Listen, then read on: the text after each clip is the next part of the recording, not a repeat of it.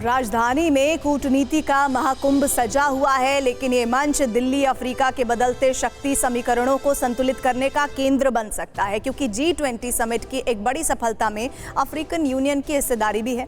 इस बात ने चीन की नींद उड़ा रखी है, क्योंकि बीजिंग को लग रहा है कि इससे भारत का ग्लोबल साउथ में प्रभाव और बढ़ जाएगा। चीन जानता है कि भारत इस वक्त दुनिया में सबसे तेजी से आगे बढ़ने वाली अर्थव्यवस्था है। वो अफ्रीका में अपनी पकड़ मजबूत कर रहा है, और ये तब हो रहा है जब अफ्रीका पर चीन का सबसे ज्यादा प्रभाव है। यही वजह है कि भारत ने अब उस क्षेत्र में चीन को पछाड़ने की तैयारी कर ली है। ये तस्वीर भारत की बड़ी कूटनीतिक सफलता है, क्योंकि अफ्रीकन यूनियन यानी EU इस बार G20 में शामिल हो रहा है। इसका मतलब है 55 देशों के संगठन का G20 से सीधे जुड़ना। अब आप सोच रहे होंगे कि जिस तस्वीर को देख रहे हैं वो है कौन? ये अफ्रीकन यूनियन के चेयरपर्सन अजाली असोबानी हैं, जो G20 सम्मेलन में शामिल होने के लिए दिल्ली पहुंच चुके हैं। अब इस बड़े कदम से ग्लोबल साउथ के एक बड़े हिस्से को इस आर्थिक फोरम में जगह मिलेगी, जिस पर प्रधानमंत्री नरेंद्र मोदी लगातार फोकस कर रहे हैं।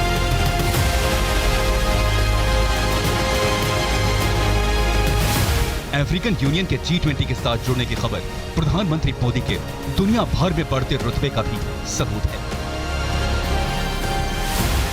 क्योंकि इस घटना से ग्लोबल साउथ के लिए प्रधानमंत्री मोदी की अगुवाई मान्य हो जाएगी, वो भी ऐसे हालात में जब चीन लगातार इसके लिए जोर लगा रहा है। चीन अब भी इसका क्रेडिट लेने की कोशिश में है। चीनी विदेश मंत्रालय की प्रवक्ता माओ निंग ने G20 सम्मेलन से ठीक पहले कहा, चीन पहला देश है जिसने अफ्रीकन यूनियन को G20 में शामिल करने के लिए खुलकर समर्थन किया था। हालांकि G20 सम्मेलन के लिए भारत के शेरपा अमिताभ कांत ने चीन के इस प्रोपेगेंडा की हवा निकाल दी। I would request all of you to realize the high nature of confidentiality of the leaders' declaration, because it has to be placed before the leaders and they have to approve it. But after that, we will be very happy to explain, elucidate, and take you into all the details of that leaders' declaration.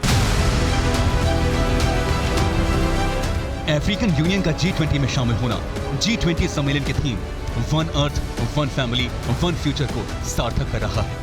इसका असर Africa तक नजर आ सकता है, जहां चीन का बड़ा साम्राज्य फैला है और अब वहां भारतवर्ष का विस्तार हो रहा है।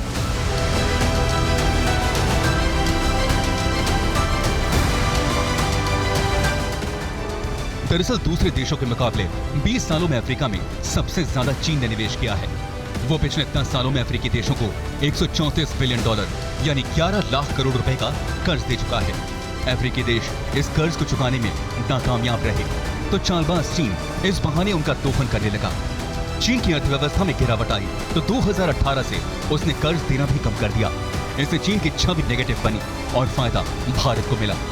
चीन के रुख के कारण अफ्रीका में भारतीय कंपनियां पांव पसारने लगी